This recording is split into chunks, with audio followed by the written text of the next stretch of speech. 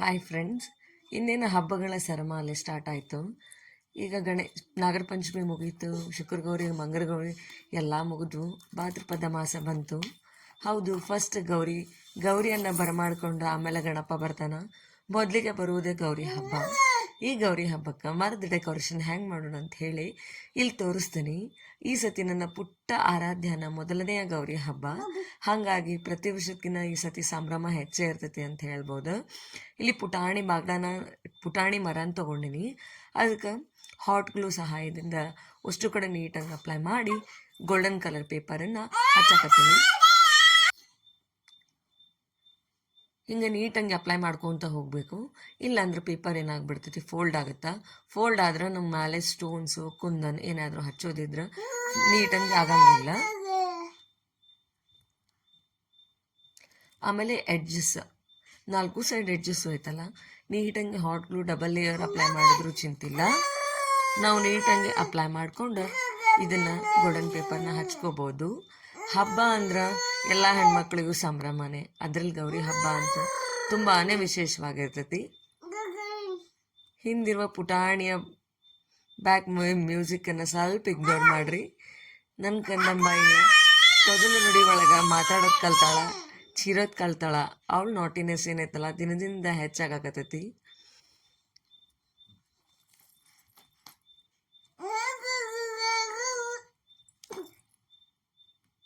ಇಲ್ಲಿ ನೋಡ್ಬೋದು, ಈ ಥರ ನಾನು ನೀಟಾಗಿ ಎಲ್ಲ ಕಡೆ ಹಾಟ್ ಗ್ಲೂನ ಹಚ್ಕೊಳಕತ್ತೀನಿ. ಇದು ಹಾಟ್ ಗ್ಲೂ ವಿಶೇಷತೆ ಏನಂದ್ರೆ ಒಮ್ಮೆ ನೀಟಾಗಿ ಹಚ್ಬಿಟ್ರೆ ಸಾಕು, ಎಷ್ಟೊಂದು ದಿನಗಳವರೆಗೂ ಅದು ಓಪನ್ ಆಗಂಗಿಲ್ಲ ಪೇಪರ್. ಆಮೇಲೆ ನೀಟಾಗಿ ಕೂಡ ಕೂಡ್ತೈತೆ ಅದು.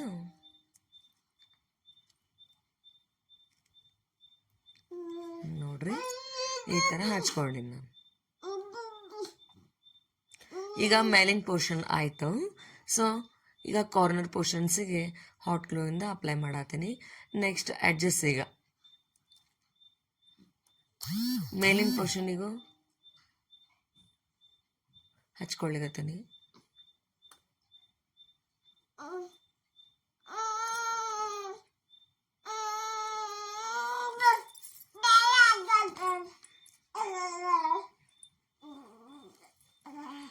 ಈಗ ಲಾಸ್ಟ್ ಫಿನಿಶಿಂಗ್ ಟಚ್.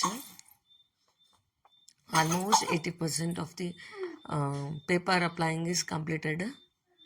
ಈಗ ನೋಡ್ರಿ, ಆಮೇಲೆ ಕೆಳಗಡೆ ಪೋರ್ಷನ್ನು ಹಾಟ್ ಗ್ಲೂ ಬಿಸಿ ಆಗಿದ್ರೆ ನೀಟಾಗಿ ಗ್ಲೂ ಬಂದ್ಬಿಡ್ತೈತಿ ಒಂದು ಲೈನ್ನಾಗ.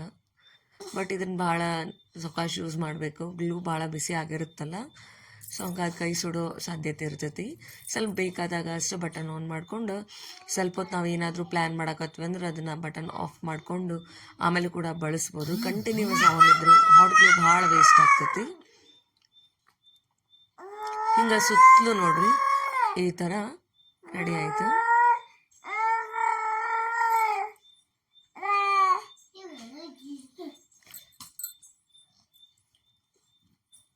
ಈಗ ಮರದ ಬಂಡಲ್ ಪೋರ್ಷನ್ಗೆ ನಾ ಬ್ಲೌಸಿಗಂತ ತಂದಿದ್ದಂತಹ ಒಂದು ಗ್ರೀನ್ ಕಲರ್ ಲೇಸ್ ವರ್ಕ್ ಇದ್ದಿದ್ದಂಥ ಪ್ಯಾಚಸ್ನ ಹಚ್ಚಾಕತ್ತೀನಿ.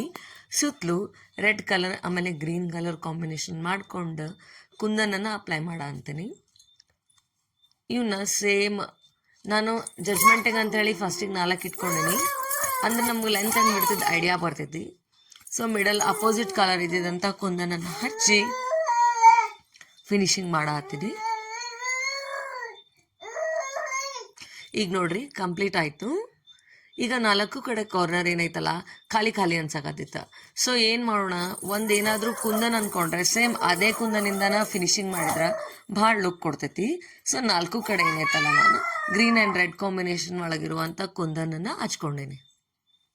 ಈ ರೀತಿ ಮಾಡಿ ನಾನು ಮರದ ಬಾಗಿಣನ ರೆಡಿ ಮಾಡ್ಕೊಂಡೇನಿ. ಪ್ಲೀಸ್ ನನ್ನ ಚಾನಲನ್ನು ನೀವು ಲೈಕ್ ಮಾಡಿರಿ, ಶೇರ್ ಮಾಡಿರಿ, ಸಬ್ಸ್ಕ್ರೈಬ್ ಮಾಡಿರಿ, ಆಮೇಲೆ ಸಪೋರ್ಟ್ ಮಾಡಿರಿ. ಇದು ನನ್ನ ಹೊಸ ಯೂಟ್ಯೂಬ್ ಚಾನಲ್. ನಿಮ್ಮ ಸಪೋರ್ಟ್ ನನಗೆ ಭಾಳ ಇಂಪಾರ್ಟೆಂಟ್ ಆಗ್ತದೆ. ನೋಡ್ರಿ, ಈ ಥರ ಮಾಡಿಂದ ನಮ್ಮ ಮರದ ಬಾಗಿಣ ರೆಡಿ ಆಯಿತು.